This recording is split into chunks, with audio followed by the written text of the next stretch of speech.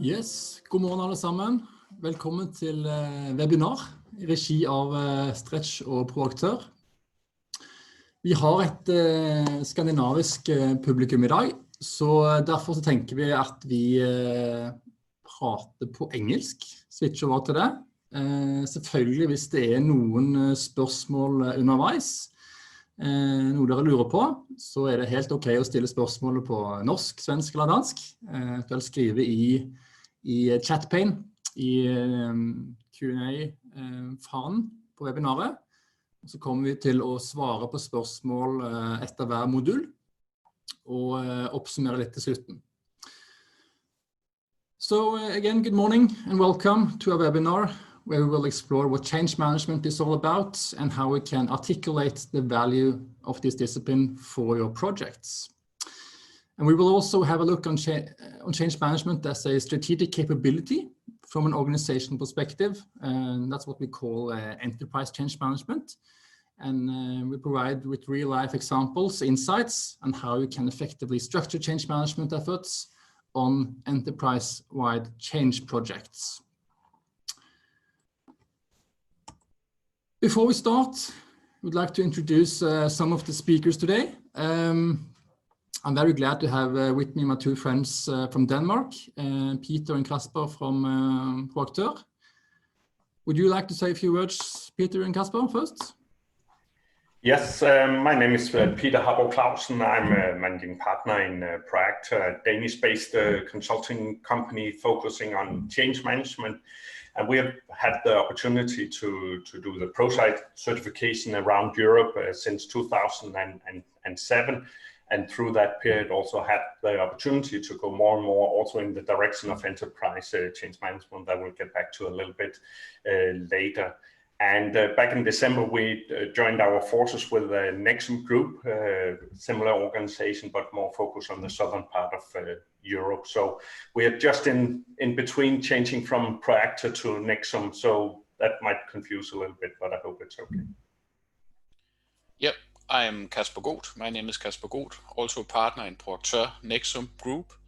I've been working in the field as a change practitioner, project manager, change manager, and as a manager for consultants doing change management for the last 15, 17 years, rolling more and more into transformational work, which I will tell you about later.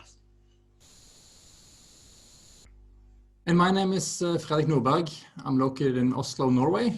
I work for a company called Stretch, and we collaborate together with the ProAktør Nexum when it comes to the open enrollment programs and process certification programs. And we also have some internal ProSite training programs. In addition to that, I work as a consultant within change management. I've done that for the last decade. So that was a couple of words about us. Now over to the agenda for today. We put aside 2 hours today, and the high-level agenda for this webinar is first about the what and why of change management.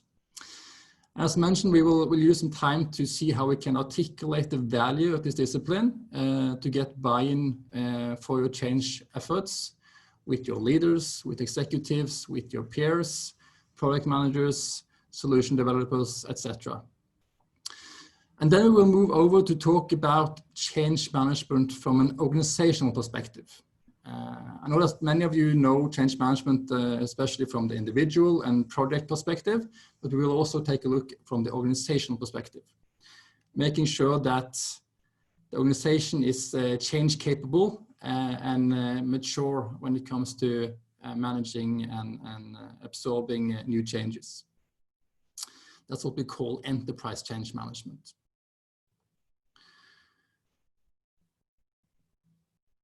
So again, if you have any questions along the way, please use the Q&A, the chat pane, and ask the questions, and we will answer them after each of these 2 modules, and we will also summarize in the end. Peter and Kasper will of course also follow the chat along the way and answer any questions they can, and we will summarize with the with some of the questions after each module as mentioned. And we will of course switch when Peter and Casper is talking about enterprise change management. It's always interesting to get some interaction during these webinars, and one way to do that is to use a tool that we call Poll Everywhere. This is a tool that you can download to your iPhone or phone, where you can respond along the way to different questions we have, and your input will be shown in some of the slides that we have. It's also possible to answer through the web browser as well. So either download Poll Everywhere on your phone or visit Poll Everywhere on in your web browser, and you can respond to our questions along the way. So the first module of today is the what and why of change management. What is change management and why is it important? And in this topic here, we're going to elaborate on how we can actually articulate the value of change management to secure buy-in for your change management work in your projects and in your organization.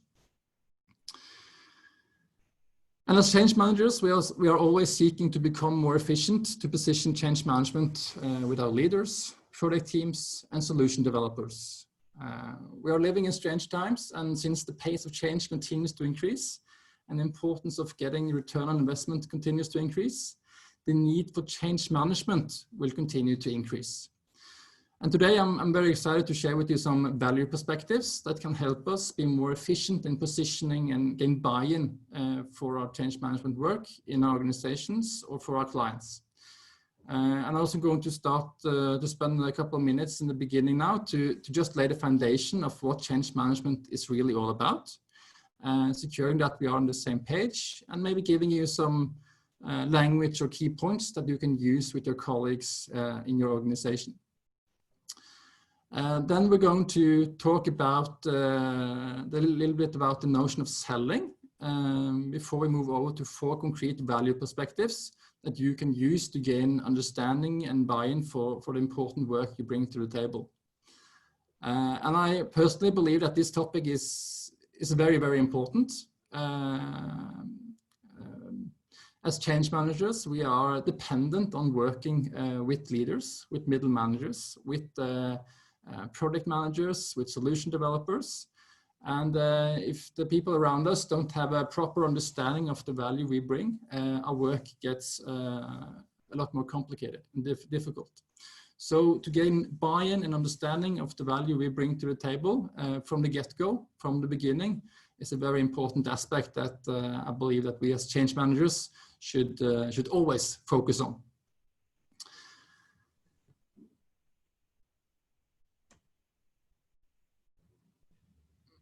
So again, first we're going to start with the foundation of change management, making sure that we are on the same page. And as you might have experienced yourself, most people have an idea of what change management is, but we're not always talking about the same thing.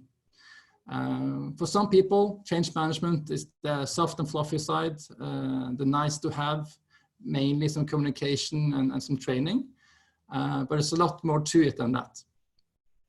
And to me, this slide shows the essence of change management.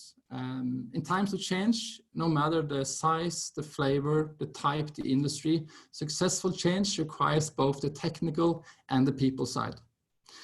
The tech side is focused on designing, developing, and deliver a solution that meets our needs. It can be a new product, a new market, a new CRM system, a new org design, new processes, etc. But successful change requires that we add to that the people side of change. That the change is embraced, adopted, and used by employees, suppliers, or customers. And only when these two pieces come together, we truly get the expected results and outcomes, the effects we set out to achieve when we funded and launched the initiative. So it's it's two different disciplines, so to speak. Think of tech side as maybe the product management, building the solution, whatever it is. And the people side is of course about making sure that the people is on board and actually embracing, adopting and using the solution we are trying to implement. So a very good, at least from my perspective, I really like this one pager. Shows the essence of change management. We are of course dependent on others. It's very, very difficult to manage change in a good way if we don't have a proper solution in place. But it's also difficult to succeed, even if we have the world's best solution, if you neglect or underestimate the people side of change. The reality of change is best summarized by a man named Vince Lombardi. He was a famous American football coach for the Green Bay Packers. And he was, of course, talking about an American football team. But that statement also shows us how changes are happening in our organizations. Whether it's a project we're working on, an enterprise-wide deployment, the achievements of an organization are the results of the combined effort of each individual that has to do their job differently as a result of that change.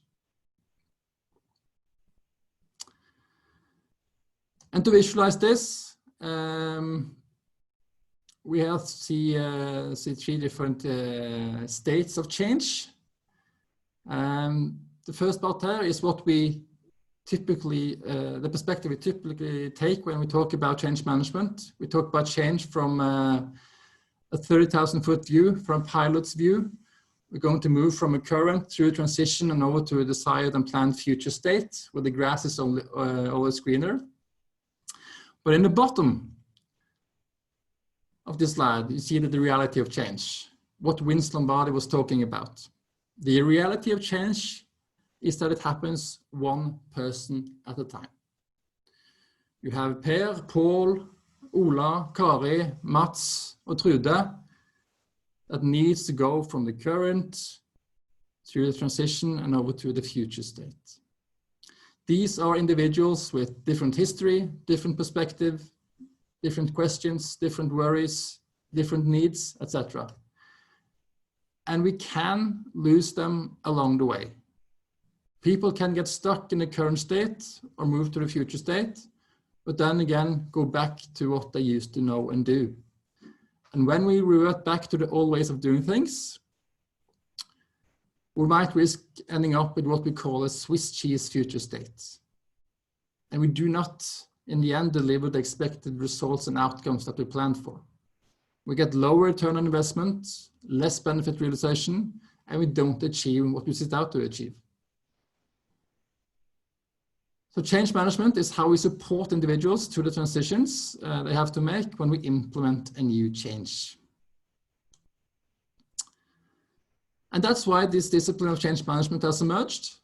Change management is how we prepare, equip, and support our people through the changes we are asking them to make when we launch and fund and initiate changes in organizations. So that's the basics of change management. A short foundation, making sure that we are on the same page. It's about making sure that people are prepared and equipped and have enough support to go through the different transition phases and into the future state. And the intent, the purpose of change management is actually capturing the project return on investment that is dependent on employee adoption and usage.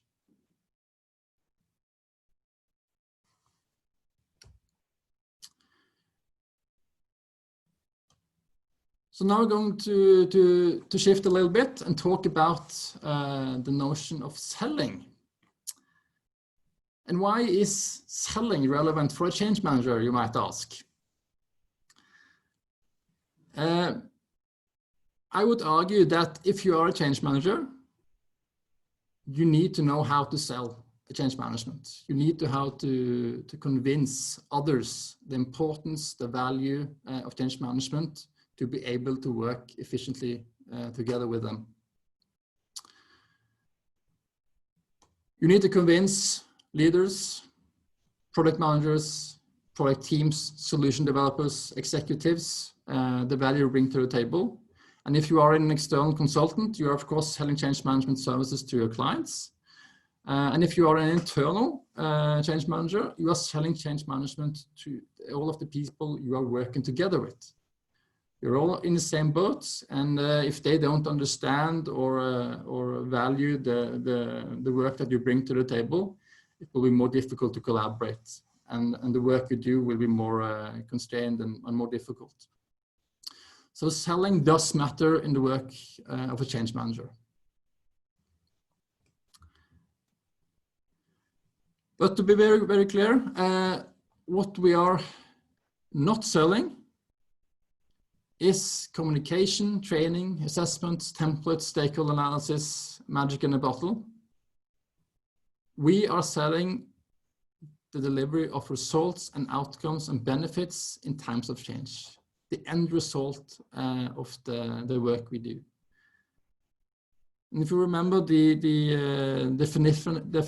definition of change management, it's about capturing the people-dependent project ROI, making sure that the objectives, the benefits, the results that is dependent on adoption and usage actually becomes realized. And it's important to get this to be the mindset when it comes to articulate the value and convincing others of change management. We are selling the results, the benefits, the outcomes, not what we do, but the results we bring to the table. And to give you a picture of this, I really like this quote. It's from Theodore Levitt. People don't buy a 1/4-inch drill bit, they buy a 1/4-inch hole. You got to study the hole, not the drill. The drill is just a solution for it. And in this aspect, in this statement, change management is the drill bit. What we do is the drill bit. But what we want to try to achieve is actually making sure that we get the right hole with the right size, and meeting the objectives, meeting the scope and the demands that we put in the beginning. And this is something we're going to explore a little bit more when we're talking about the 4 value perspectives quite soon. And when we talk about the 4 value perspective, here it is. I'm going to talk a little bit about what we call change management return on investment, CMROI. We're going to talk about SUP, speed of adoption, ultimate utilization, and proficiency. And for some of you who has participated in the certification program, the process certification program, you might notice and recognize SUP. We're also going to talk about the language. What kind of language we use, the words we use matter. And it's important to think about the recipient of the message when we prepare a convincing dialogue with them. And last but not least, we're going to talk about probability. Research data points that shows us the effect, the value of efficient change management. But first of all, we're going to start with CMROI, change management return on investment. Too often people think of the CMROI as something separate than the product ROI. Change management as an add-on, a nice to have, making sure that people are happy. And I would argue that that is complete nonsense. Change management is deeply interconnected with the project return on investment. And it's not a nice to have. In many circumstances, change management is a need to have to be able to actually succeed. So change management is, again, deeply rooted and deeply interconnected within the project ROI.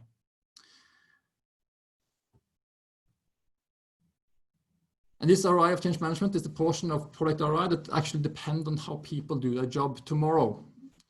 They need to do their job in a different way, in a different manner. And if they do that in an efficient manner, we get a vast amount of the population that is affected, we are starting to realize the people-dependent return on investment. And this is an important shift in our perspective and in our frameworks. And we are going to directly connect the value of change management to the value the product is trying to deliver.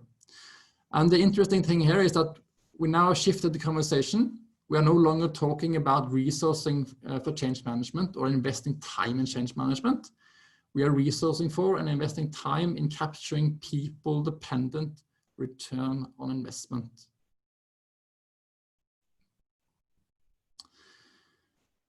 So now it's time to cast your votes. We're going to open the poll AV. We're going to ask what we call the killer question. If you're working with a project now or just finished the project, try to estimate the percentage of the overall results and outcomes that depend on employees actually adopting and using this new solution, a new set of processes, a new system solution, new job roles, etc. How dependent are we on people actually adopting and using this solution to make sure that we actually achieve the product objectives? And when we ask this question to your senior leaders, your product managers, you typically see that their heads the wheels in their head start to turn around.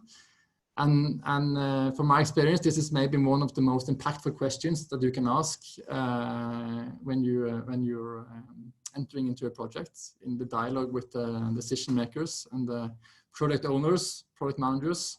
How dependent are we on employee adoption and usage to actually achieve the outcomes we set out to achieve?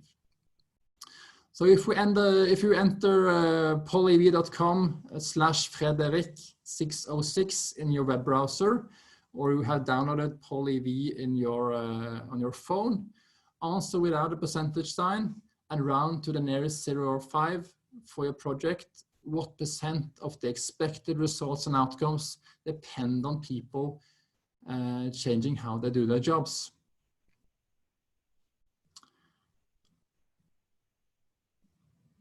Now we see 85, we have a 90, 95, 90.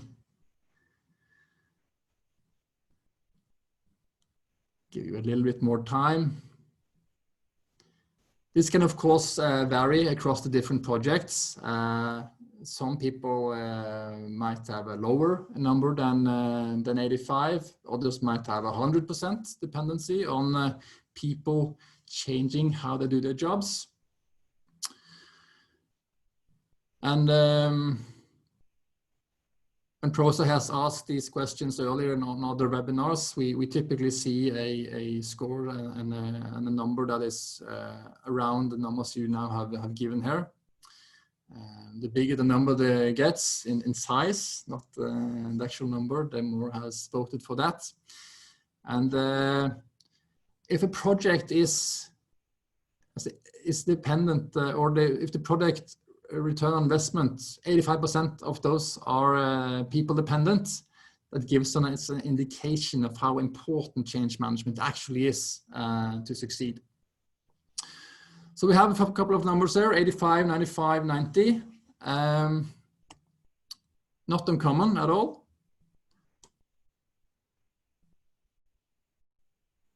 So now we're going to talk a little bit, take it the next step and show you an interesting disconnect that often happens. Typically, we see the numbers that you showed us now, 70, 80, 90, 95% or 100% dependent on employee adoption and usage. And my second question in the dialogue with the product owners, product managers, senior leaders is some things that we call the punch in the gut question. How much are we actually investing to drive adoption and usage? And the reality is that this number is in many cases quite low. And this cognitive dissonance, when we create this cognitive dissonance, we can start to create a dialogue with senior leaders and project managers that the true value we bring to the table when we focus on driving adoption and usage on our initiatives. Because too often 90% plus of our results depend on adoption and usage. And we have maybe a couple of thousand Norwegian kroners on a budget dedicated to some posters, to some balloons maybe, and if you're lucky, maybe also some coffee mugs. And helping them see this disconnect is how you help raise the conversation about the value of change management. So that was the CMROI, Change Management Return on Investment, trying to estimate how people dependent we are in realizing our benefits for our projects. And if this is connected to the investments we are doing to create this adoption and usage. The next topic is called SUP. SUP is an acronym for speed of adoption, ultimate utilization, and proficiency. Three human ROI factors that determine the financial return on investment or ROI. Speed of adoption is about how quickly people are up and running on new systems, new job roles, new tools, new processes. While ultimate utilization is about how many employees of the total population are actually demonstrating buy-in and are using the new solution. And last but not least, we have proficiency, how well, it's about quality, how well are individuals performing compared to the expected level. These are three human factors that will either constrain or determine financial return on investment for your project. And if we try to visualize this, you here see a net cash flow diagram where you see the minus and the plus sign, and in the bottom here you see the time periods. You can think of each bar as a month, for example, or a time period. And in the beginning of a project initiative, you typically do some investments. But after a little while, you want to start to see some benefits, to see some results, moving over to the positive side. And the slope of this development is determined by what we call speed of adoption. How quickly we are getting people on board and start using the new solution. Ultimate utilization is in the end the height of the benefit after the implementation is finished. That's what we call the ultimate utilization. How many of the total population are demonstrating buy-in? While proficiency is connected to the height of each benefit, including after the implementation. It's about the quality. How well are people performing in the new solution? So in this example, this is what we planned for regards to return on investment.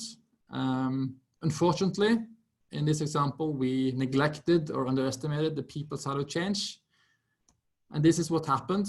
It took a longer time for us to move over to the positive side of the net cash flow diagram. And we could also see that the slope of speed of adoption was much less steep. The proficiency levels for each of the different bars is much lower than expected. And we also see that the ultimate utilization in the end is quite much lower than we expected.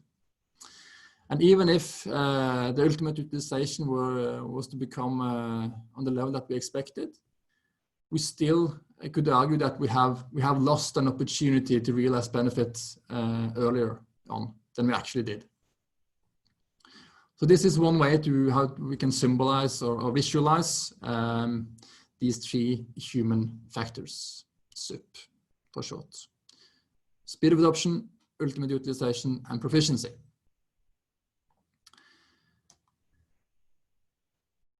The next value perspective is about language.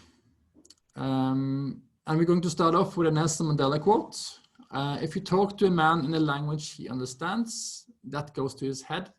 If you talk to him in his language, that goes to his heart. So the point we're trying to make here is that when you articulate the value of change management, the words you use matter. And I can challenge you to start to think about what kind of words, what kind of language does your leaders or your decision makers talk?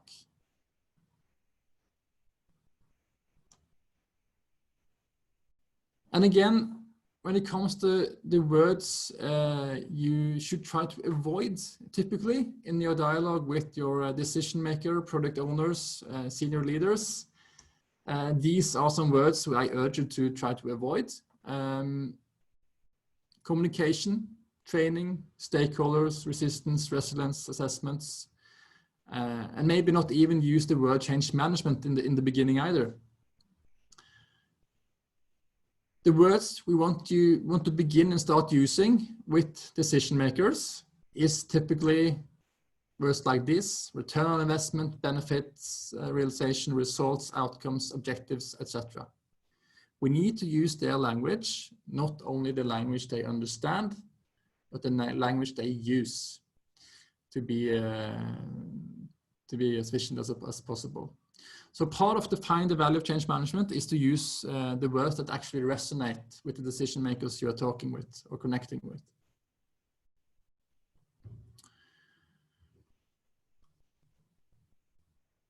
So that was the language value perspective. Talk to them in their language, not only the language they understand. Last but not least, we have a value perspective that we call probability. Some of you know ProSci already, some of you don't maybe. ProSci is a research firm that have studied the best practice in change management for the last 20 years. And they have gathered a very solid bunch of data points across the globe. One aspect they have looked into is that effect of change management effectiveness. What's the result of actually managing change management effectively in different projects? Based on 12 different factors, they have categorized change management effectiveness into 12 different, or 4 different categories, from poor, fair, good to excellent. And as we can see here, projects that are excellent within change management, it meet or exceed objectives 94% of the times. And if you compare that to projects who are poor in change management, it is actually 6 times more likely to achieve product objectives if you take change management seriously and work with change management in a proper manner. And even if you move from poor to fair, you get 3 times the effect that you did from if you are poor in change management.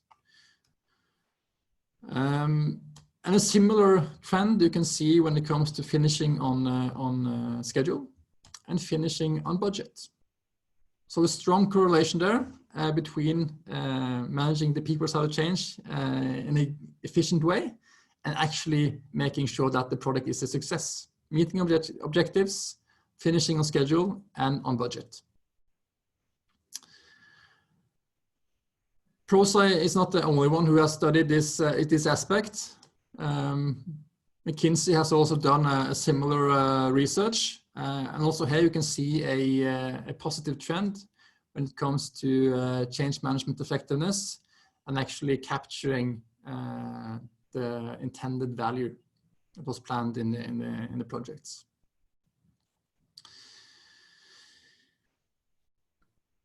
So that was the 4 different value perspectives that you can start to think about and use in your dialogue with your peers, your leaders, with your decision makers, with the solution developers, making sure that they really understand the value you bring to the table as change managers. And what we have talked about today is first the CMROI, change management return on investment. That was around the killer question. What % of product results depend on how people do their job? We have the SUP, speed of adoption, ultimate utilization, and proficiency, the 3 human side factors that either constrain or drive results. We have the language perspective, making sure that we speak in their language, not only a language they understand, but we use the same words that they use. Maybe try to avoid words like communication, training, and maybe also change management, for example. We're focusing on the results. And probability, we have some data points, some research data that we can show your peers about the value, the effect of efficient change management. That can also be create a strong impact and a greater awareness or greater understanding of what we are trying to achieve here and what value we bring to the table. So as some of you already have done, you can now drag and drop rank order in the PolyV app or in your web browser, which value perspective you find most useful as you engage with others around the value of change management.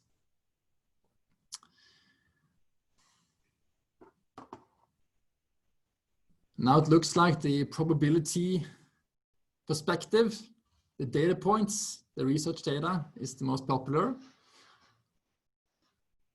The language perspective, CMROI, and SUP.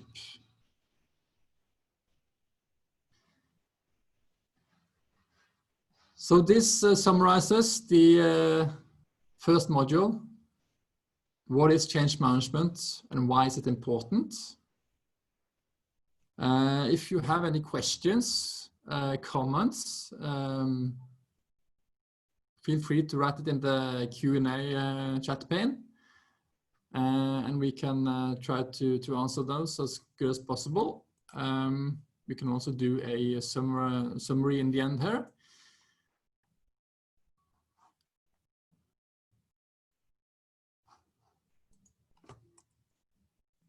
So now it's time to go over to the second part. Don't see any questions for now. The second part is about enterprise change management. But before we do our switch to Kasper and Peter, I think we might take a couple of minutes break. You can go and get your new cup of coffee, for example. And we will start up again, let's say 5 minutes. So 9:45, we will start up again with enterprise change management and Peter and Kasper. Like there's a question about the presentation. Yes. So it says, will we get the presentation after the webinar? Yes, we will. We can send out the PDF after the webinar is finished, for sure. No problem.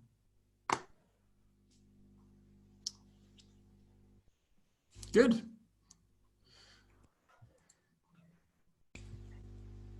So now it's 5 minutes break and we make a switch, and 9:45 we will start up again with enterprise change management.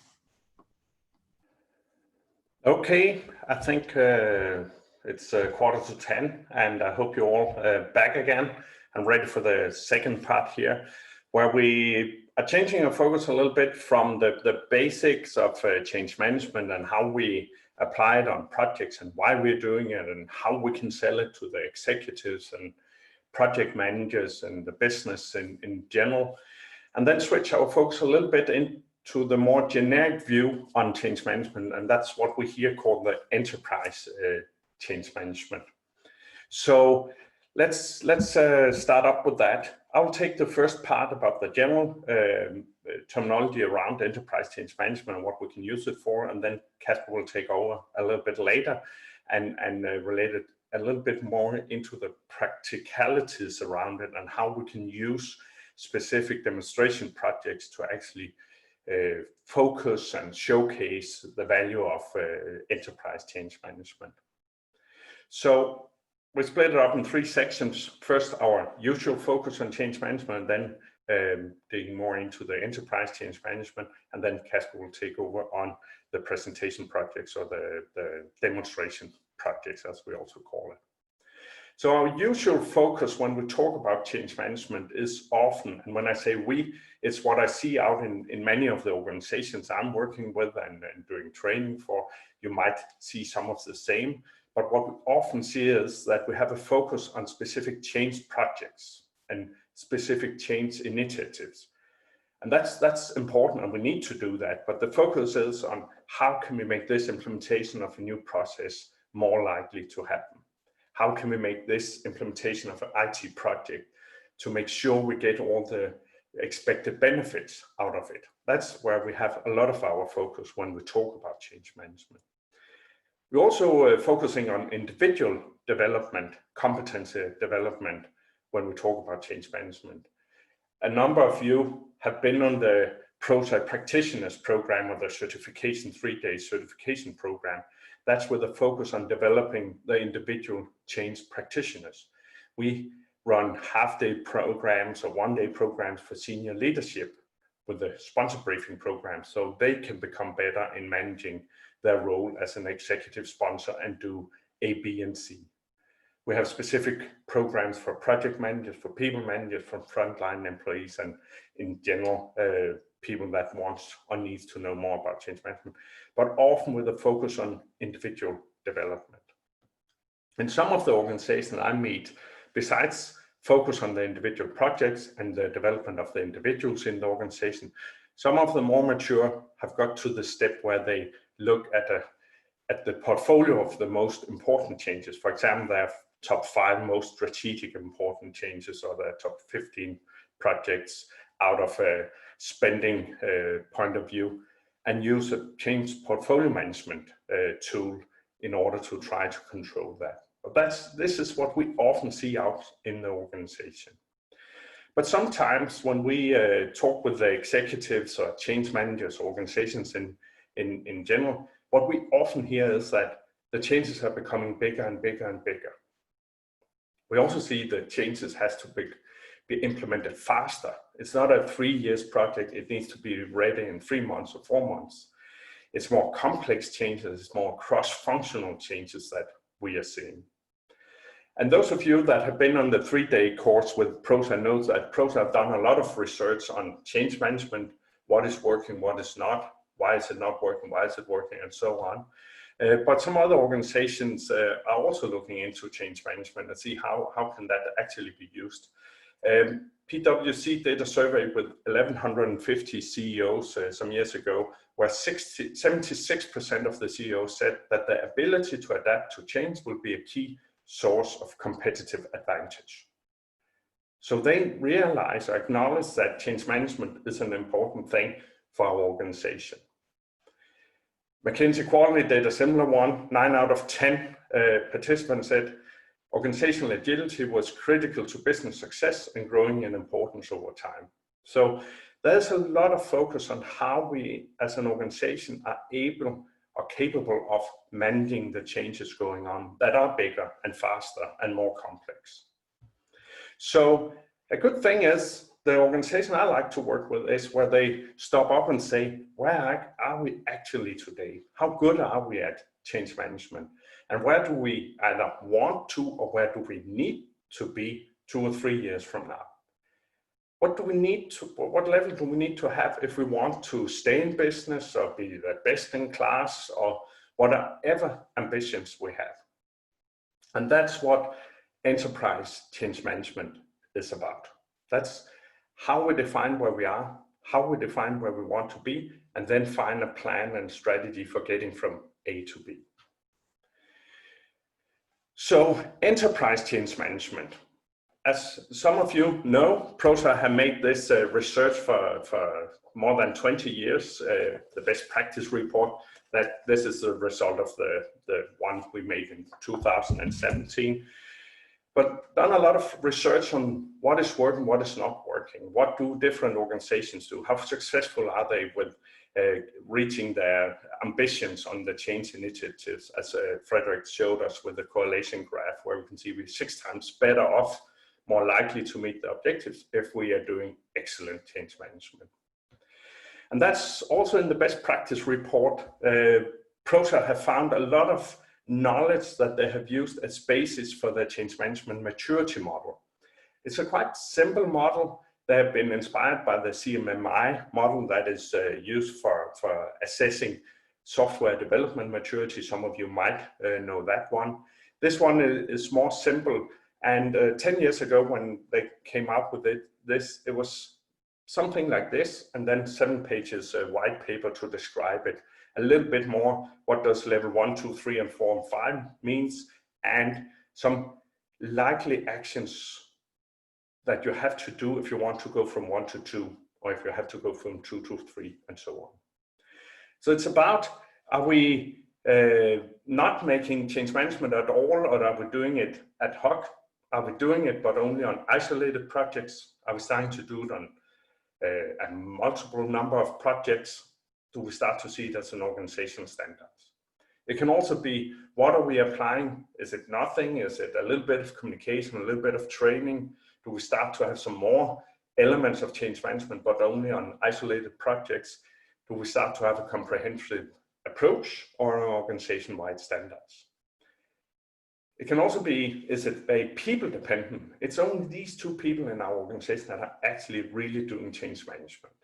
Or do we have more people doing it, but with different tactics or different approaches? Do we start to see some examples of best practice, or do we have a selection of a common approach?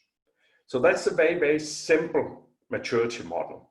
If you just look at it here and think about your own organization, and if any of you are consultants, the organization that you're working at right now, what level do you think you are at right now? And just put in a number in the chat pane. So if you think you're at level 2, you just put in 2. If you're level 3, you put in 3. Just to see what idea you think you are at right now. See if we can get any of you in the chat pane.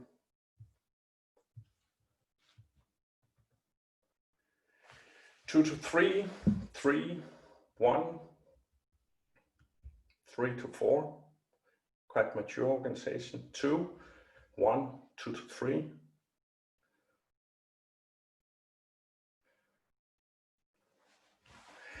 So it looks a little bit like what ProSAR also found in the best practice research, because in the best practice research, they've seen that 43% are at level 2, 34 on level 3, and only 12% on 4 and 5, and 11% on level 1. So in most organizations, and it seems also in your organization, there is actually room for improvement. But how do we do that? Another thing from the best practice report is also similar to the correlation graph Frederick showed a little bit earlier. But we can also see the higher organizational maturity we have in an organization, the more likely it is to meet the objective of a new change project. So if you are on level 1, only 37% are meeting or exceeding the business objectives. If you're on level 5, 65% are meeting or exceeding the business objectives for the change project. So there is also a good rationale why we should try to mature the change management capabilities in the organization. So 5 years ago, ProSAR took the change management maturity model and built a tool behind it with 50 questions, helping us assessing the capabilities of 5 different areas. So we have one on leadership. How are we sponsoring the ECM journey, going from where we are today and where we want to be?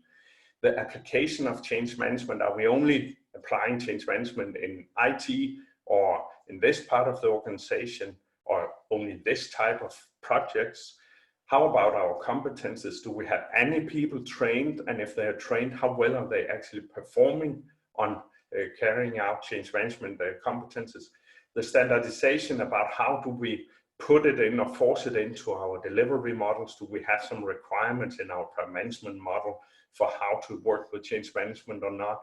Do we have something in our lean, in our budget process or something like that?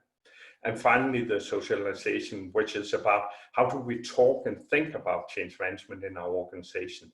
Do we see it as a competitive advantage, for example, or do we have no clue about what change management is?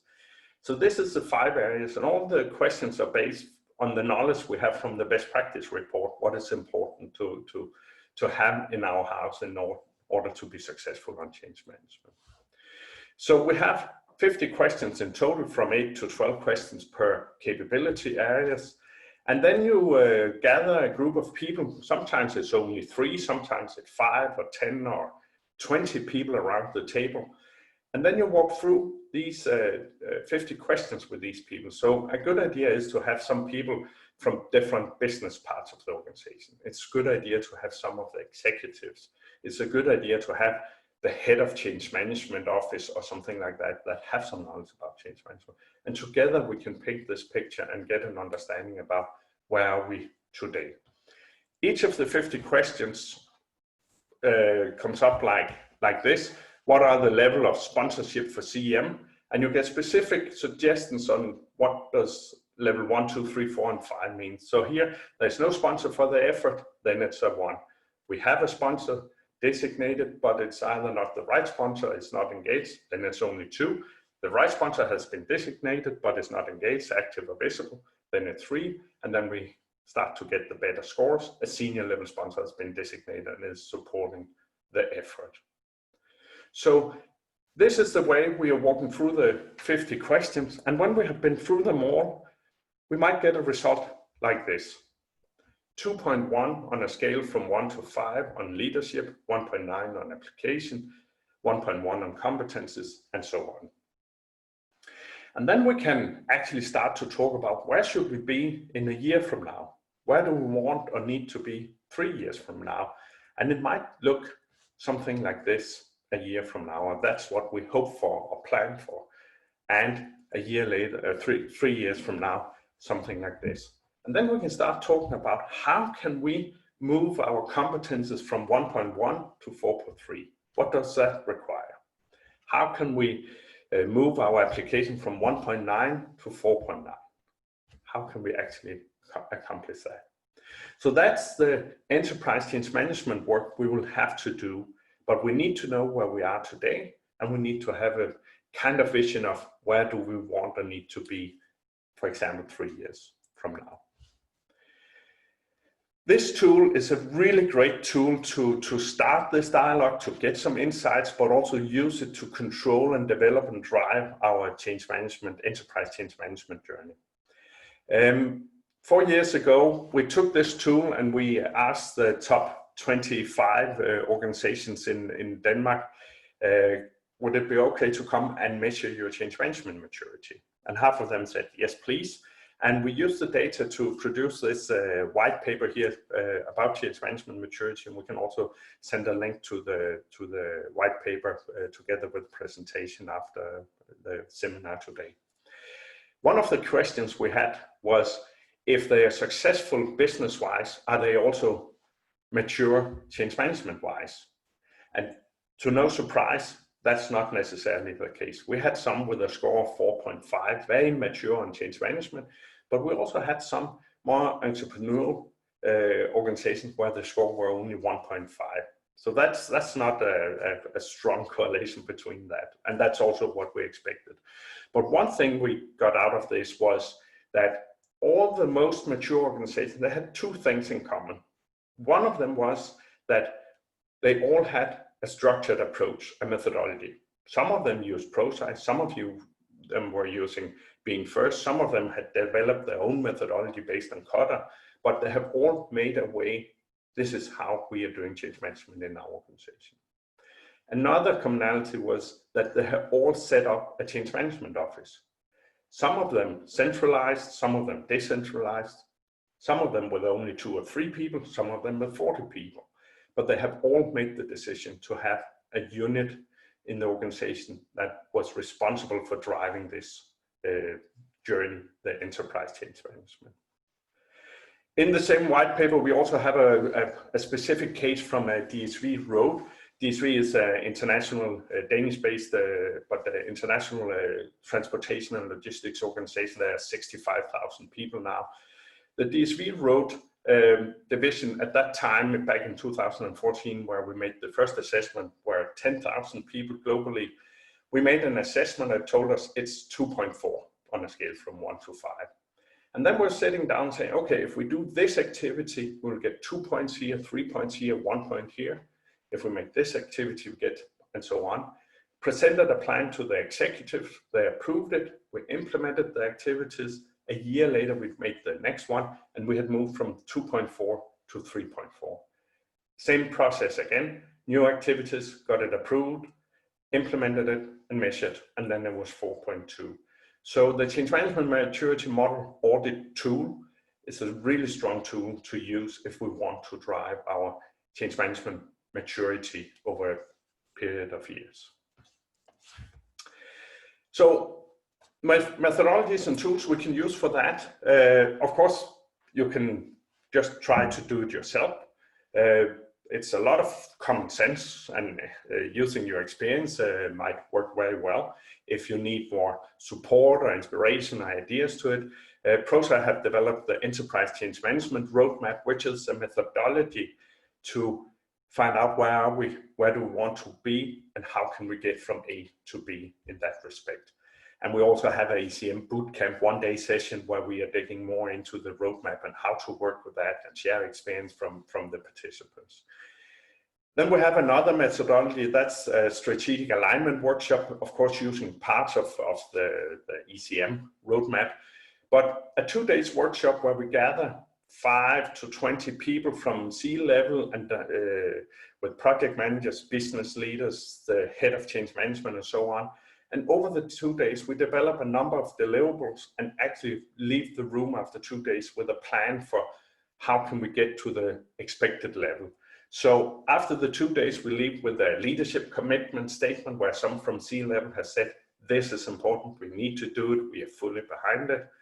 We have some demonstration projects. Sometimes it's one large demonstration project. Sometimes it's 5 or 10 projects where we say, these 5, 10 projects need special attention. We need some of the right people in the steering committee. We need support from the CMO on change management. We require they're using this and this methodology and so on. So we can really learn and show it works. We make a role-based capability development plan. How will we train the executives, the direct managers, the practitioners? We make an enterprise roles and responsibilities. Who is actually the primary sponsor for driving our ECM journey? We have decided or defined what should be the responsibilities of the CMO. Should it be centralized or decentralized? Is it out of 15 different potential responsibilities? Which of those is actually part of CMO? We make a strategic roadmap for the ECM journey so we know exactly what to do over the next, let's say, 3 years. And then we leave after 2 days with an elevator pitch we all know. So everyone in the attending the strategic alignment workshop can actually go out and say, what are we trying to achieve? Why are we doing it? How will we do it? Tools to support, of course, the change management maturity model audit tool I just presented to you, a really strong tool to do that. And then, of course, also a change portfolio management tool can be helpful to have the focus, for example, on the demonstration projects to make sure we have a consistent way in reporting and follow up and measure how we are doing. So that's how we look at enterprise change management, or our view on that. Of course, there can be different versions of that, but that's how we look at it and how we have experience working with this in organizations that want to mature their change management capabilities. And then Kasper will take over and go more into the details with the demonstration projects. And I'll unshare, and then Kasper will take over. Yes, Thank you, Peter. I'll share my screen.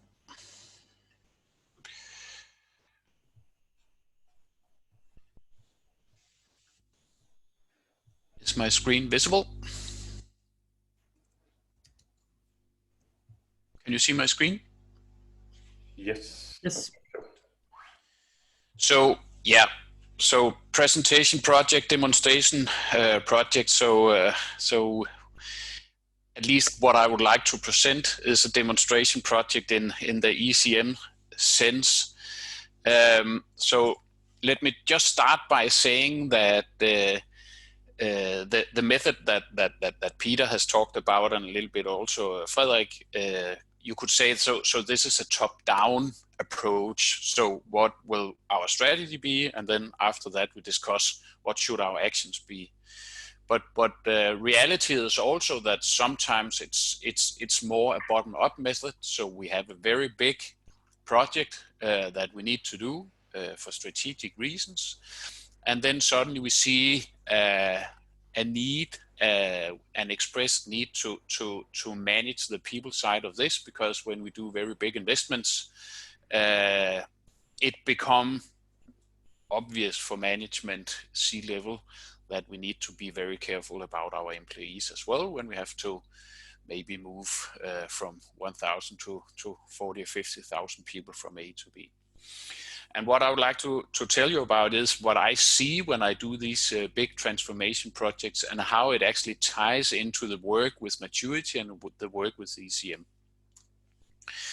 So what I've been doing for the last 4 or 5 years is actually working more or less entirely in IT core system replacement. So talking about projects where we will impact at least 80 to 90% of the entire organization. And when doing that, things are happening in a company. So we will have a very, very big attention. We will have a lot of people around it. And we normally get to do things change management wise that we are not allowed to do or we are not asked to do in minor projects. So these are huge investments, strategically critical for the organization. We impact, more or less the entire organization.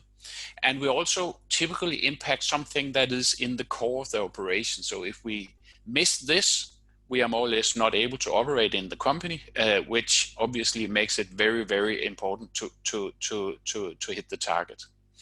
And this also,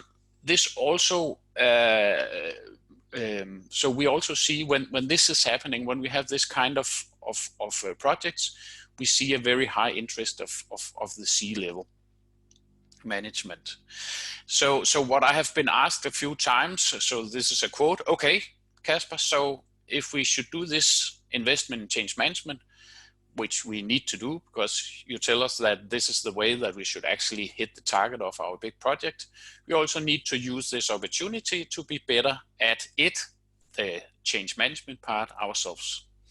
So we would like to be better so that we don't have to call you as a consultant every time.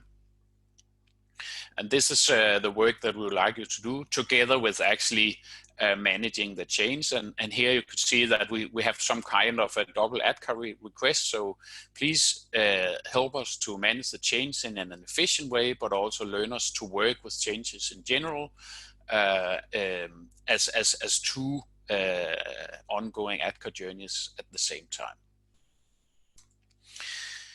And a very good place to start, and normally it's not something that we get to do day one, but obviously when we start, it becomes important to see, so how are we progressing?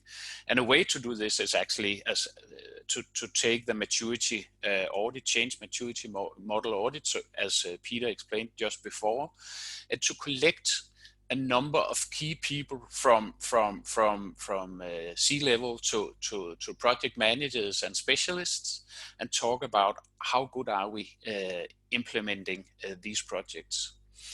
And then as we go on in the demonstration project, we can actually decide. So if it's a project, sometimes these can take up to 5-10 years. So we can do it gradually as we go on, and actually have an inherent maturity journey throughout the project. But at least make sure that we also measure the maturity to see the impact after the project, so we can see how we have moved. So this is a pretty good way to start, and it's a good way to start the dialogue about what does it mean to be mature? What are the key elements in having a CM mature organization that are capable of efficiently moving from A to B? And other place where we'd also like to start when we do these big implementations is actually to establish a common language around change management. And what we have done a few times in large projects is actually to sit down with sponsors, so that is mainly the C-level and the directors, and give them a ProSci sponsor program, which is almost a full day of introduction to ADKAR and introduction to what is it that is important when you are sponsoring a program. And then we sit down with all managers, and typically all managers, also managers that tries to argue that they are not impacted at all. We sit down together with them. Typically we see that they are impacted, in fact, by the big change. Or if we should establish a common language around change management, we also need to have these managers included in the training sessions. And we gave them a manager program, a ProSci manager program that explains what is important when you are a manager or a team leader, having direct reports that are directly affected by the change, and if you should play your role efficiently in this program. And this actually enables us to put in ADKAR as a common language for the changes. We need to have something that is simple, that people can learn fast, and that is intuitive. And there ADKAR comes in as a very, very obvious choice, because we can learn people ADKAR language very fast. So the ADKAR part of a training program may be an hour and a half, and then it should be really in your spine. And then the rest is actually about the roles.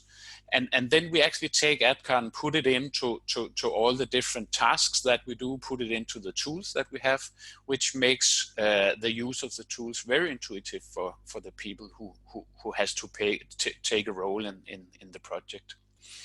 And then when we do these programs, we also use the demonstration project typically as a reference, because everybody is focused on the project. So it's very easy to have that as a reference. And it's very easy to relate to your role in that project. And then we also, as part of these programs, do an ADKAR assessment, which we can actually, of the direct report. So where is Peter and Paul from a scale from 1 to 5 in awareness, desire, knowledge, ability, and reinforcement. Typically in the beginning, it will be awareness and desire, because this is before we even train, that is important. And then we can use this assessment when we continue the dialogues as we go on in the project. So what we typically do with these assessments is to take them out in action plan meetings. So as part of our execution, we have frequent action plan meetings where we sit down with all managers from C-level to manager and team leader level and say, okay, so on a scale from 1 to 5, where are your employees or your direct reports in the ADKAR journey, but also take time to discuss very specific topics. So how do we actually move this department? These problems we see here, how can you actually approach these if you have some resistance? But also reply questions you can have, for example, about the program, about the rollout approach and stuff like that. And this is actually very time consuming, but also a really good way of relating to these groups, and a very good way of actually communicating about various messages from the project. We also have what we call area plans that we follow up on. And an area plan is a plan, a very tangible plan saying, so you as a manager in your department or your area, what is it that you should do to build awareness? What is it that you should do to build desire? What should you do to build knowledge, ability, and reinforcement?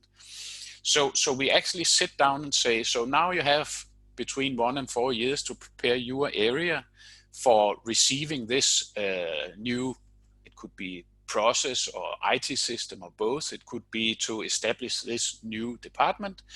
And then what is it exactly you will do when in order to prepare your area? And we do that with managers and directors. We can also do it on C-level, so we can have sponsor roadmaps, we can have, you know, more strategic plans that we do with the C-level. But what we can also do is that we actually take these plans, the status of these plans, and send it to the C-level. It could be monthly or weekly or quarterly, depending on the pace. And then they can actually see, so in building the total ADKAR route here, where are we? So any of the points where we are weak and anything that I as a C-level manager can do to support. And another thing we do actually to see, so are we succeeding with the targets or the actions that we have agreed to do? How well are we actually approaching a full ADKAR process? So how well do we do in actually implementing or preparing the organization for the new project? And that is actually by doing ADKAR surveys or doing surveys where we focus on the ADKAR. And it could, we normally start measuring awareness. It's important to build awareness. And then we start measuring desire and actually continue to measure desire all through the program, because we know that we can build up desire to a very high level. When we begin to train or when people begin to work in the system or according to the new processes or in the new department, then suddenly we can see it drop in desire. So it's very important to follow desire all the way through. Then we measure knowledge. That could be, so how well are we doing the training? So is the training going as it should be? It could be exit polls from the trainings, evaluation of training. And then after a period of time working in the system, we can ask some specific questions, ability questions in terms of how well are we supporting you? How well do you now, after a month in the new system or according to the new processes, think you have been trained and so on? And then at the end, we need to measure to which extent we are able to continue the new processes to work in the way that we have agreed. And that can then sum up to a dashboard where we can see how well are we doing. And a very important part of this is also to say, what is our ambition level in terms of ADKAR? So here it's a scale from 1 to 5, but it could also be 1 to 10 or whatever scale is used in the individual organization. How well are we doing? And if we are not doing okay, so what is it that we think we are missing out on? We can look at the specific questions with low scores and say, so what is it that we think should be a good next step? A very concrete example from a project that I did a few years ago was that we have team leaders replying very low to a question, say, I feel prepared to move my department through this change, with a few specific examples. We could see that we simply have a problem with the team leaders in a certain area we need to focus on. We sat down with the team leaders, had a talk, found out what is it that we can do to help, and then executed the actions and followed up in the next survey, and could see that we actually had team leaders with a much better and a much better reply in our survey. This gives us a very tangible dialogue with management about what is it that we should do. So when we have, as Frederik mentioned, convinced management, change management affects the bottom line, the return on investment and so on, you can take the next step and saying, okay, but we can actually measure how well we are doing change management and have a dialogue based on data, based on specific fresh data from the specific organization saying, so how well are we doing? And have a dialogue about, so with these data, what should we do in order to improve the process? Then another thing that really is important here is that we use the organization itself to do change management. And it's not because we are lazy consultants or lazy change managers or project managers, but it's because we know that managers of the people that is directly impacted by new system and new processes are the most efficient people to drive a lot of the change work going on locally in the areas. So if you look at the manager, it is here where the practical preparation of the area is going on. We have the plan that we can sit down with the manager and discuss, but it is typically the manager, it's him or herself that has to do the specific work in preparing the department. It could be low practical stuff as we need to have extra space for people, or it could be things that we need new computers or new browsers or whatever in order to be able to operate the new system. But it could also be that we have knowledge or we have some people that we need to take special care of in order to move them safely through the transition. Then we also typically use the managers to communicate about the project. So it's not necessarily the manager that has to do the slides, but at least the communication part, we push the managers in front of us to make sure that the communication is done. And it's also a manager's task to make sure that you as an employee see a connection to the project. So the manager is somewhat the pipeline to the project where you can ask questions. You also see the manager. It's very important that you as a manager is actually behind the project, so that you can talk about the project in a way that ensures you as an employee that the manager actually thinks that this is the right way to go. Otherwise, we really see resistance. And when we see resistance, which we always do, it's manager who is closest to the employees to help here. And it is also the manager that acts as coaches when we have when we have gone live with a new project, a new process, to leverage what could be a hypercare situation or an increased focus on the operation until we are actually reaching the effectiveness targets, efficiency targets that we have set up for the new process system organization, whatever it is that we're going to implement. So as a CM team, it's more a matter of creating a strategy and overall approach to how to move the organization from A to B. It's to be as facilitators. It's not that we cannot do the things. It's not that we cannot communicate. But if we would like to do something that impacts the entire organization fairly efficiently in terms of CM resources, it's better to have the CM team as facilitators, very close to the managers and very close to the C-level and to the directors, and then act as facilitators for the process. It can easily be the CM team that creates the communication material. It's normally also the easiest because the CM team is often closely related to the project team, where we have all the information about the new things that we're rolling out. It also could be, or very often is, the CM team that I'm driving that creates the tools. So the plans, the templates, the follow-up process, maybe establishing all the status meetings, so on. And we also typically act as sparring partners to managers and to the directors and C-level about the progress and about their roles in the change process. So if we look a little bit about the leverages, the headlines that we talked about in terms of maturity model before, the capability areas as Peter talked about, leadership, application, competences, standardization, and socialization, and see, so if we do this big demonstration project, what is it then that we get out of it in terms of these capability areas? So if we look at the leadership, we had the ADKAR training I explained you about. We have the action plan meetings where we are talking about how is the progress and supporting the managers in their roles, and also conveying information to and from the project. So it's not only information that is going from the project to the manager, preparing the manager to communicate.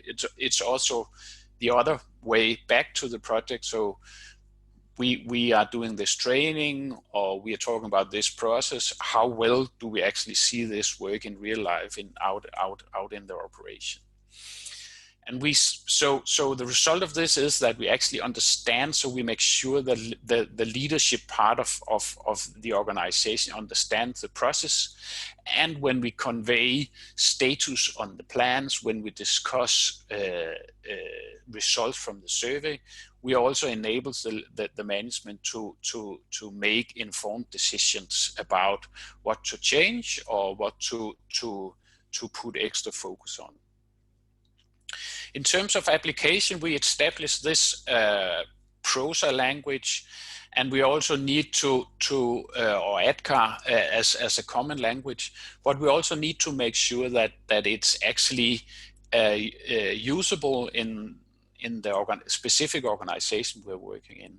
So I've never done exactly change management in the same way in two organizations, or even in the same organization in two projects.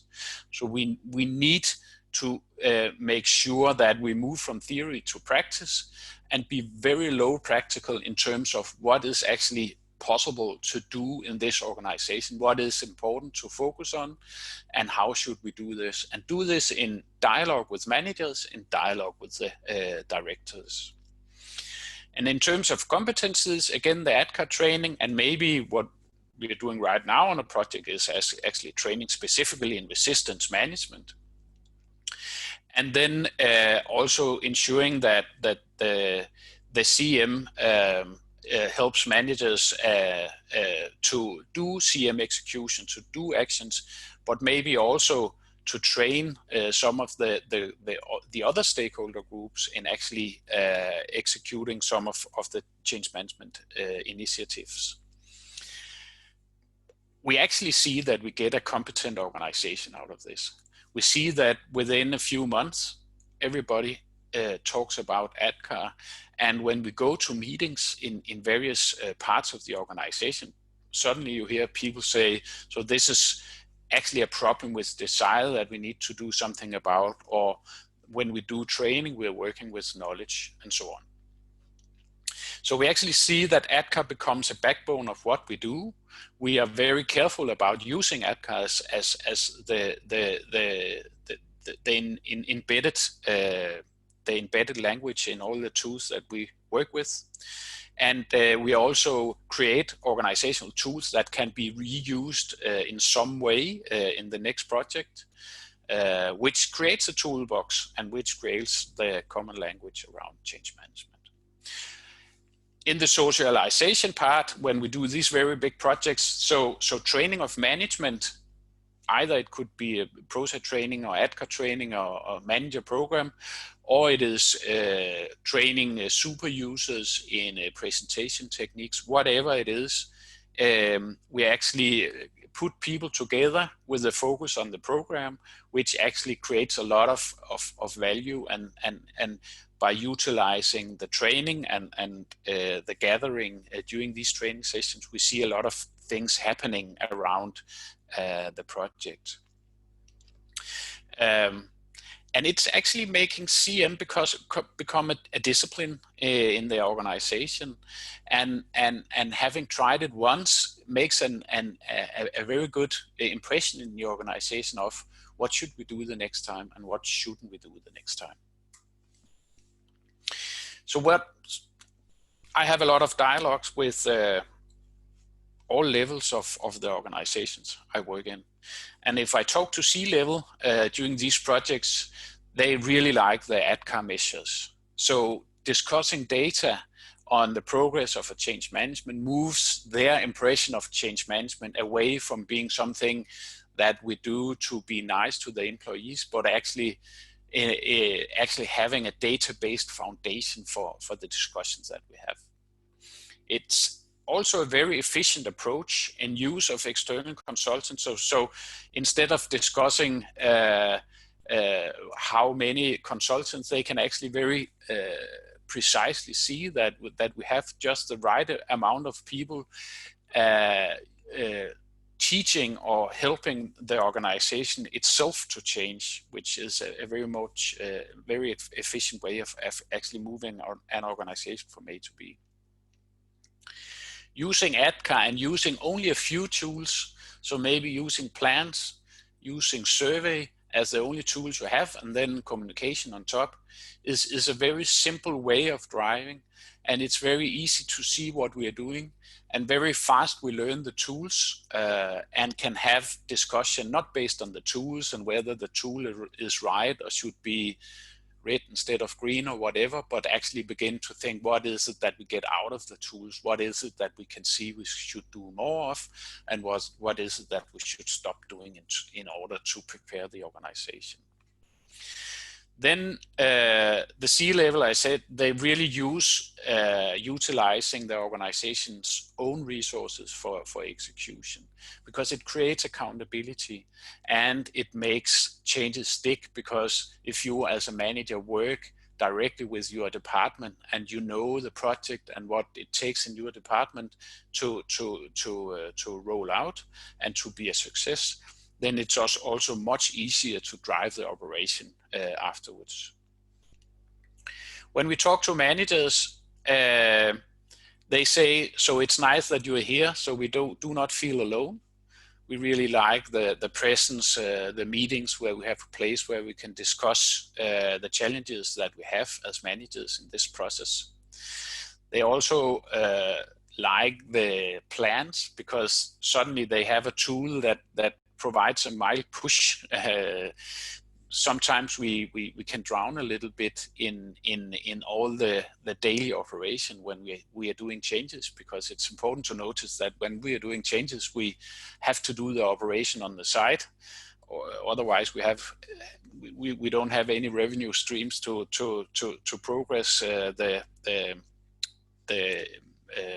development of the organization. And also it gives a very tangible dialogue and sparring with upper management. So it's actually prepares managers to have a talk with upper management about their plan, to say, okay, but I'm in red here, I cannot do this exercise. It's because I need something for the project. I need more resources, or it can be many things that stops. So instead of discussing, why haven't you done this, dear manager, then we can discuss what is it that we should give you in order for you to be able to exercise or execute this action. Employees like the fact that we have an early and continuous focus on the change. We actually see that they feel more at ease with the future, and we actually see a substantial increase in the ADKAR scores every time we do some specific change management activities. So from a practitioner's point of view, if you have a demonstration project, if you have a good place to start, it will increase the organization's overall change management maturity. For sure, I've seen it several times. It is very important, actually, I think, to have a project that we can relate to when we're talking about ECM. So it's not an exercise that we just do, but it's something that we can relate to when we do the ECM work.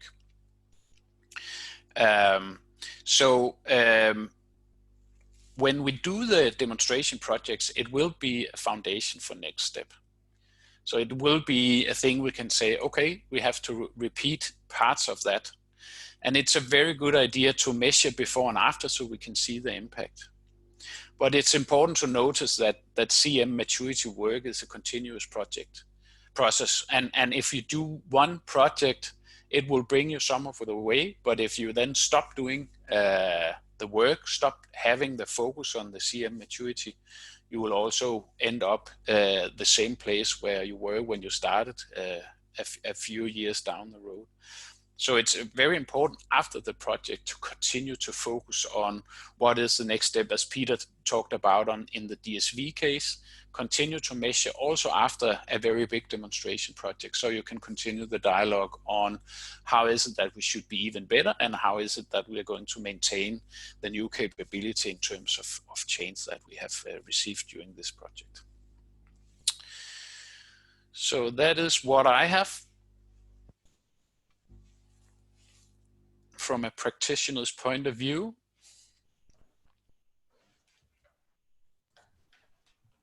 Thank you very much, Kasper and Peter. Very, very interesting about the aspect of enterprise change management. So if there are any questions, feel free to ask them in the chat pane, and we can answer them openly.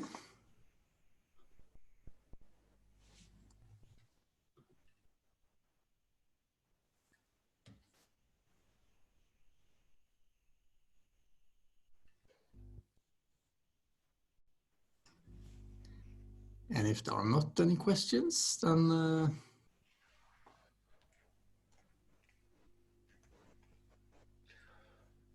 yes, we have one question from Annette Lund. Can you please elaborate to use the use of ADKAR in the smaller companies, for example, the size of 300 employees? Yep. Should I say something? Please. But I think it's exactly the same way of working. So you will still have C-level, you will still have managers, and you will still have employees. So I think actually I have worked a lot also with smaller companies generating the language. So it is as efficient to use ADKAR in smaller organizations, and I wouldn't change the slightest thing in the approach. So it's just so when I talk about this, I have done it in large organizations. I also use ADKAR in small organizations, and if it's you could say a core system replacement in an organization with 300 employees, it's as important to hit the target right, and actually to have the processes. And I think if you're talking about 300 employees, you have a complexity that justifies, I would say, also a very, very structured approach to these changes. And I would say you need to have tools in place to generate overview and status.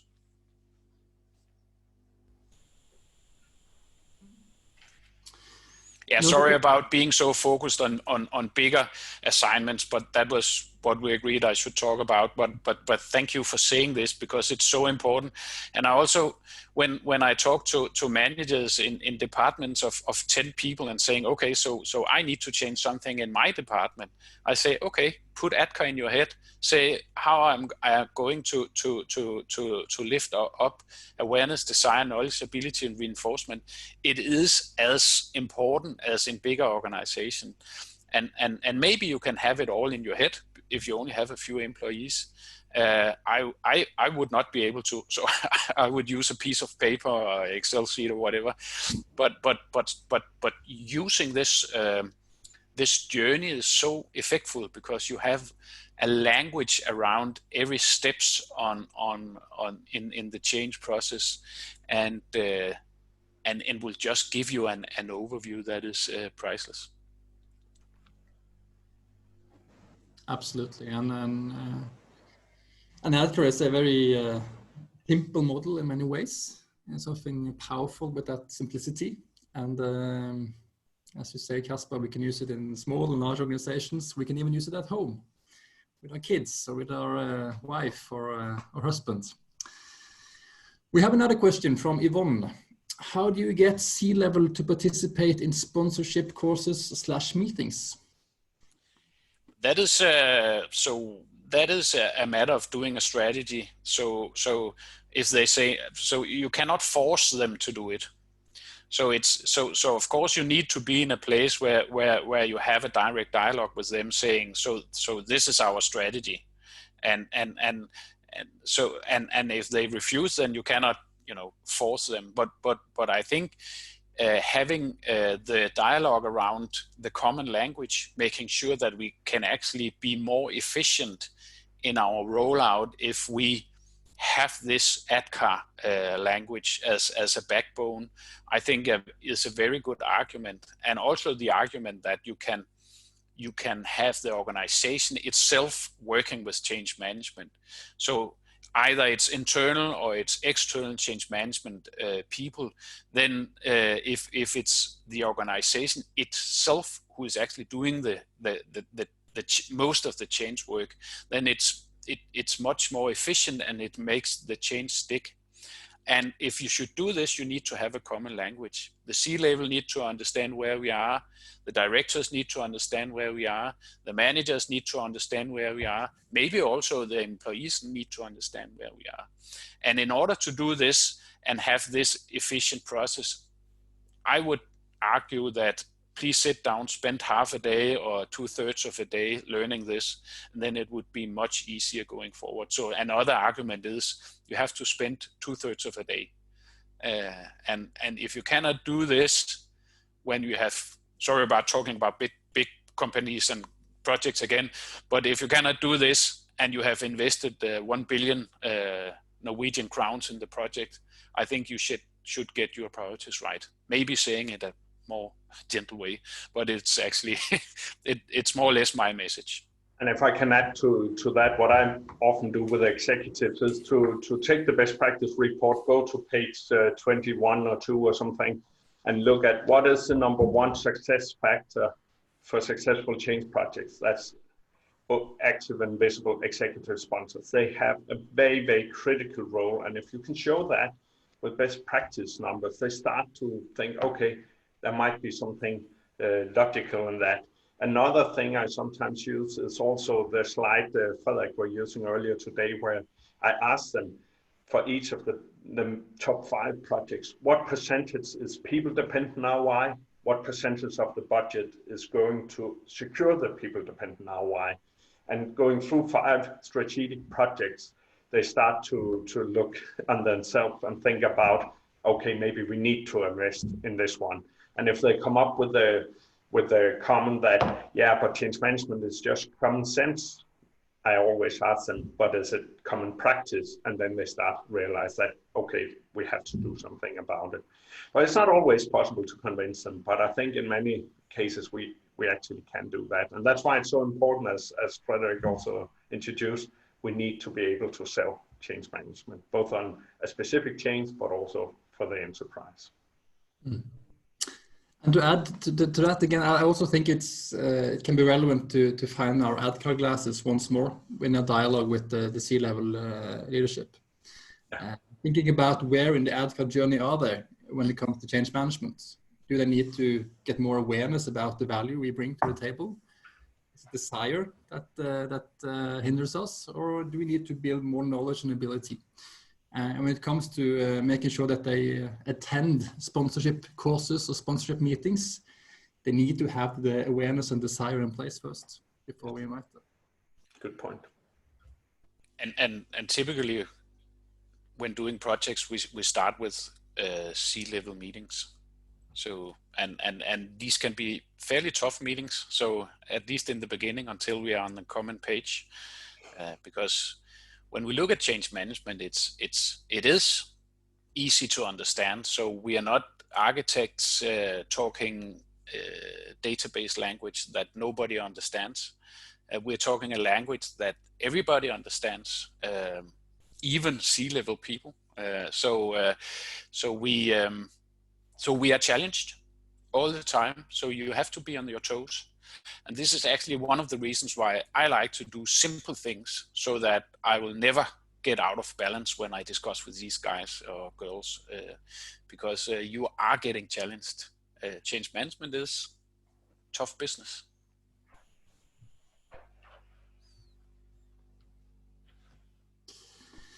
Good. I think that summarizes the questions. If you have any questions that you think about after this webinar, don't hesitate to contact either Peter, Casper, or me.